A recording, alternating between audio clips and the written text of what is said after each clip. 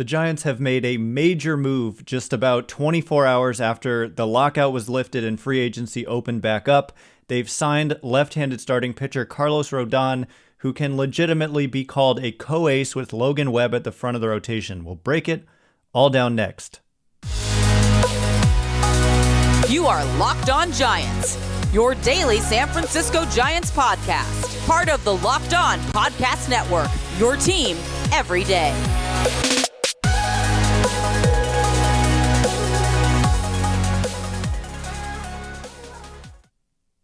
Hello and welcome to Locked On Giants, part of the Locked On Podcast Network, your team every day.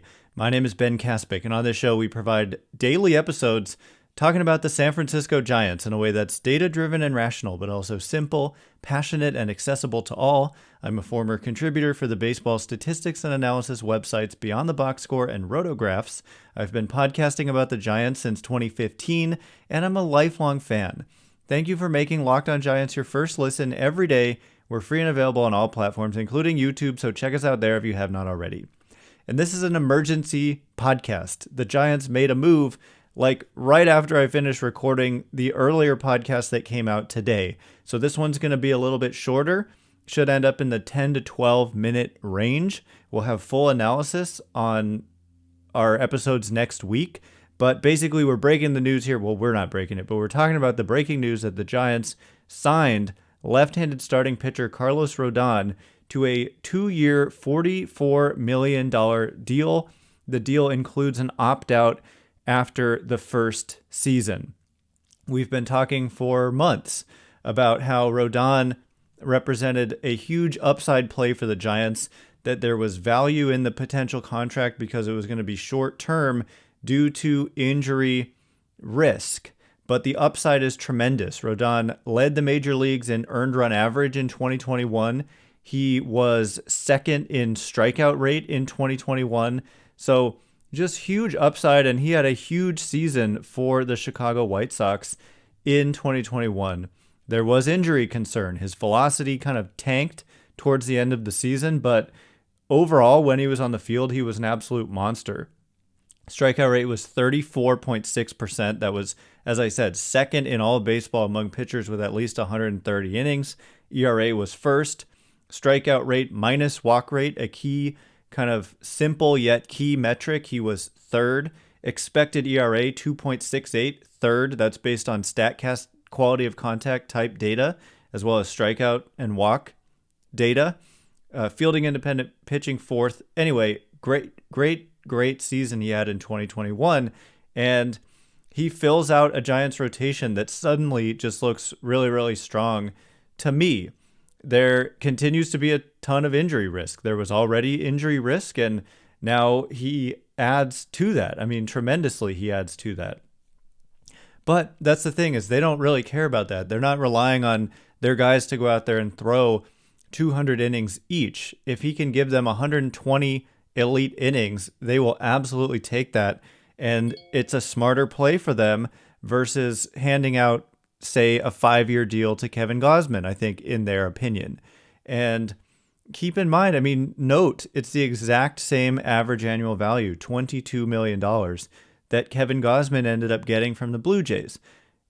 Kevin Gausman gets it over 5 years, a commitment of 5 years, guaranteed $22 million a year, and Rodon gets it for 2. There is an opt-out, but that is a player-friendly feature of a contract.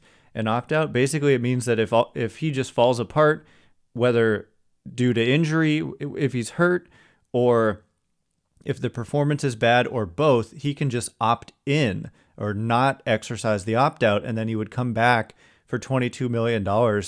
It's actually not exactly evenly split, 22-22, but he's paid more the next year. So that's the case. And then if he has a great season with the Giants, he'll probably opt out.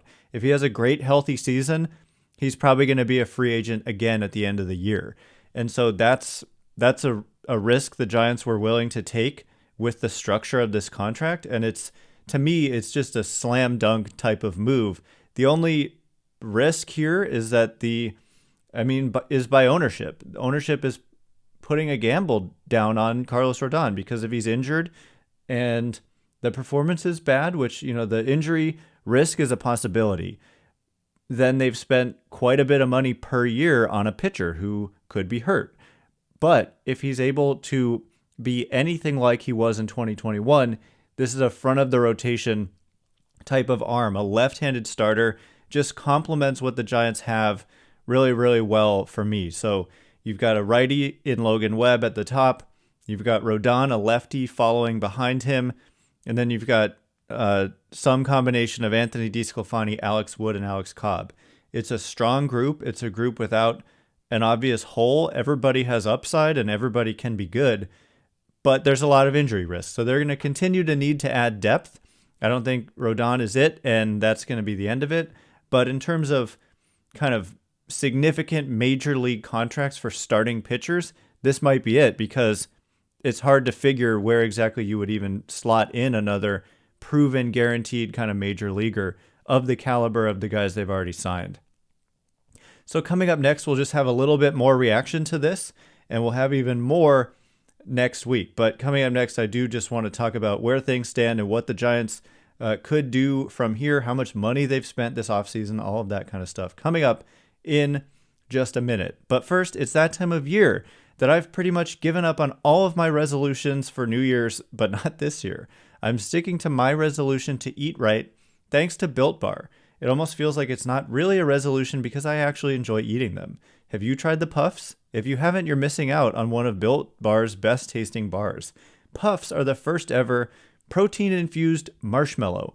They're fluffy, they're marshmallowy, they're not just a protein bar, they're a treat, and they're covered in 100% real chocolate. Sounds delicious, right? Well, go to Built.com, scroll down to their macros chart. You're going to be blown away. High protein, high fiber, low carb.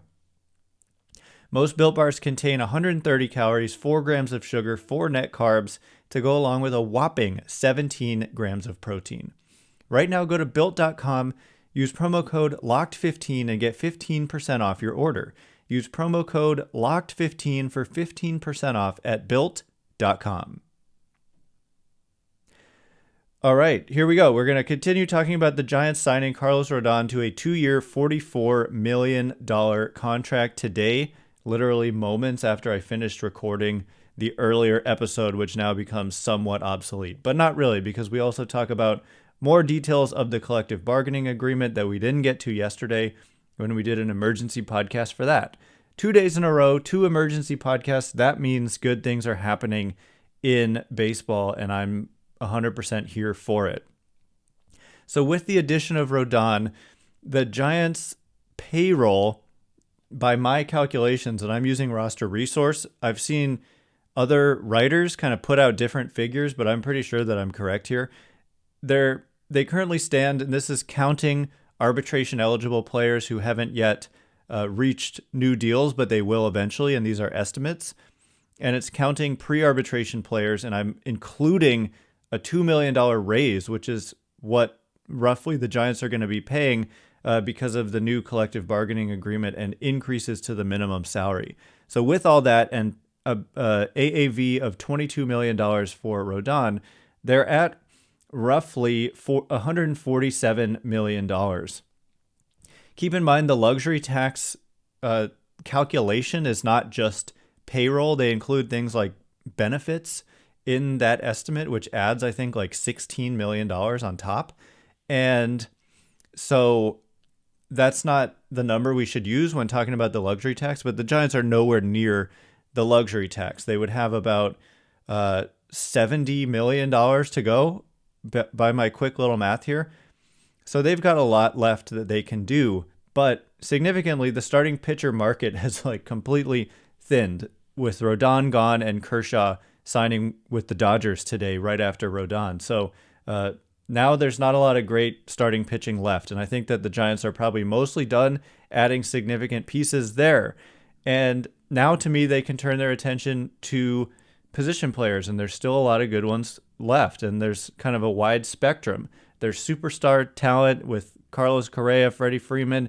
There's kind of more middle tier talent with Michael Conforto, Nick Castellanos, maybe throw Seiya Suzuki into there, Chris Bryant kind of in between, Kyle Schwarber in there. So there's a lot of good pieces left. And I think that the Giants will continue to add there, and they're in a really good spot. But they are going to need to add starting pitching depth. They've got optionable players like Sammy Long and Sean Jelly and Kervin Castro, who could help fill out a starting rotation as needed, being optioned up and down. And they've got Tyler Beede on this 40-man roster, and he's out of minor league options, so something is going to have to happen there. I would imagine he's going to make that opening day team if he's not traded or something, and he'll probably be kind of a swingman in the bullpen.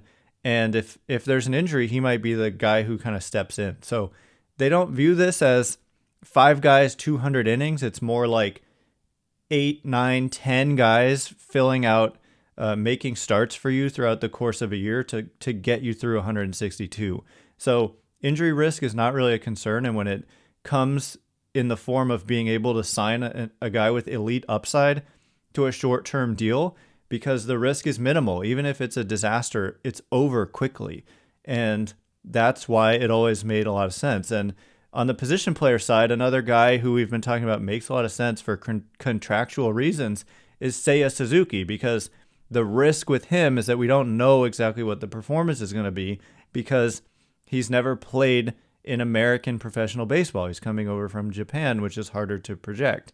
So I still like the fit there. I think he's actually a very good fit, but the strength of the market is position players, and the Giants can kind of take their time if they so desire. So we shall see.